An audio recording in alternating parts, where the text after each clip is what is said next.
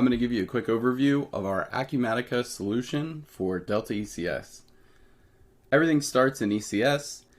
You can see that we have some input channels here which run on a schedule and are going to pick up files based on the Python document. Basically what it does is it's going to pick up this bat file which will execute this bat file here, which will then in turn execute a Python program that we have created. There's a different program for each different file type that it picks up.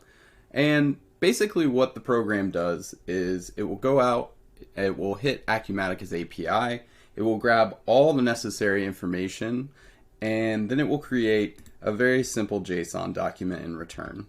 These JSON documents have been mapped over in Delta.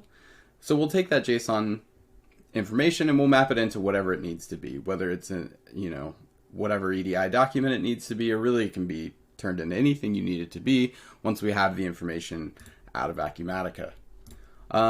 For inbound, we basically just do the same thing. We take the JSON that or the EDI that we're given from our trading partner, we turn it into a JSON file, and then we pick up that file and we send it over to Acumatica via the API to create whatever inbound documents you need as well.